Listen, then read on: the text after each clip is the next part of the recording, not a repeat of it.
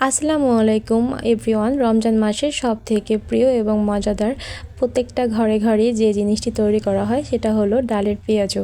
আজকে আমি আপনাদের সাথে শেয়ার করব মুসুরি ডালের পেঁয়াজু কিভাবে তৈরি করতে হয়।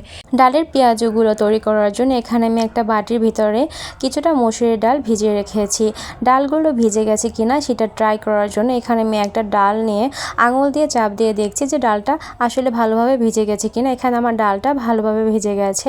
এখন একটা শিলপাটায় অথবা ব্লেন্ডারে আপনারা এটিকে মিহি করে নেবেন। আমি শিলপাটায় মিহি করে নিয়েছি। এখন আমি এই ডালের ভেতরে কিছুটা পেঁয়াজ কুচি, একটু বেশি পরিমাণে পেঁয়াজ কুচি দিলে এই পেঁয়াজটা খেতে অনেক মজাদার হয়ে থাকে, তাই আমি এখানে বেশি পরিমাণে একটু পেঁয়াজ কুচি, কাঁচামরিচ কুচি এবং ধনিয়া পাতা কুচি দিয়ে দিয়েছি।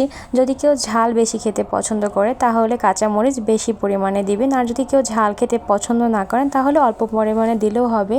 এখানে আমি 1 চা চামচের মতো গুঁড়া মরিচ ইউজ করেছি এবং 1/2 চা চামচের মতো হলুদ গুঁড়া ইউজ করেছি এবং 1 চা চামচের মতো লবণ ইউজ করেছি, আর 1 চা চামচের মতো আদার পেস্ট দিয়ে দিয়েছি। আদার পেস্ট দিলে পেঁয়াজুটা খেতে অনেক মজাদার হয়ে থাকে, এটার ফ্লেভারটা অনেক সুন্দর হয়। এখন আমি এটিকে ভালোভাবে মাখিয়ে নেব।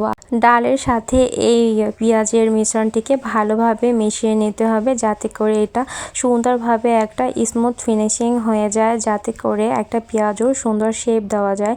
তাই এটিকে আপনারা দেখতে পাচ্ছেন যে আমি কিভাবে আসলে মিক্স করে নিয়েছি এরকমের হাত দিয়ে ভালোভাবে।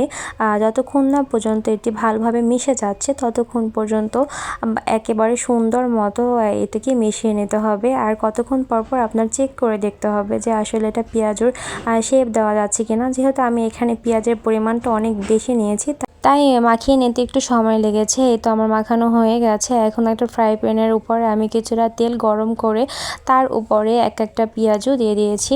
এই যে দেখুন, আমি একটা পেঁয়াজু তেলের ভেতরে দিয়েছি, কতটা সুন্দর দেখতে হয়েছে পেঁয়াজুর শেপটা। এখন আমি প্রত্যেকটা পেঁয়াজু এই তেলের ভিতরে একটা একটা করে দিয়ে দেব। পেঁয়াজগুলো দেওয়ার সময় একটু লক্ষ্য রাখবেন চুলার হিটটা যেন মিডিয়ামে থাকে। বেশি হাই এটা থাকলে পেঁয়াজগুলো পুড়ে যাওয়ার সম্ভাবনা থাকবে, তাই মিডিয়ামে আপনারা এই পেঁয়াজগুলো ভেজে নেবেন। আমি মিডিয়ামে দিয়ে পেঁয়াজগুলো ভেজে নিচ্ছি, তাহলে পেঁয়াজগুলোর ভিতরে অনেক সুন্দর একটা রসালো ভাব তৈরি হবে। আর হাই স্পিডে দিলে পেঁয়াজগুলো পুড়ে যাবে এবং খেতে অতটা মজা হবে না, তাই মিডিয়ামেই রেখে আমি ভেজে নিয়েছি সম্পূর্ণ পেঁয়াজগুলো। এখন যে পেঁয়াজগুলোর কালার হয়েছে আমি এই অবস্থায় পেঁয়াজগুলোকে উঠিয়ে নেব। বিশ্বাস করবেন না, এই বাসার এই পেঁয়াজগুলো যদি এরকমের আপনারা আমার মতো তৈরি করতে পারেন তাহলে দোকানের থেকেও যে এত মজাদার হয়ে থাকে। এই পেঁয়াজগুলো আপনারা বাসায় একবার হলেও ট্রাই করে দেখবেন। আমি যেভাবে তৈরি করেছি সেম এভাবে তৈরি করে আপনারা আমাকে কমেন্ট বক্সে জানাবেন আসলে এই পেঁয়াজগুলো কেমন হয়। আমার আশা করি রেসিপিটা আজকের আপনাদের কাছে অনেক ভালো লেগেছে। আবার নতুন রেসিপি নিয়ে আপনাদের মাঝে উপস্থিত হব। ধন্যবাদ।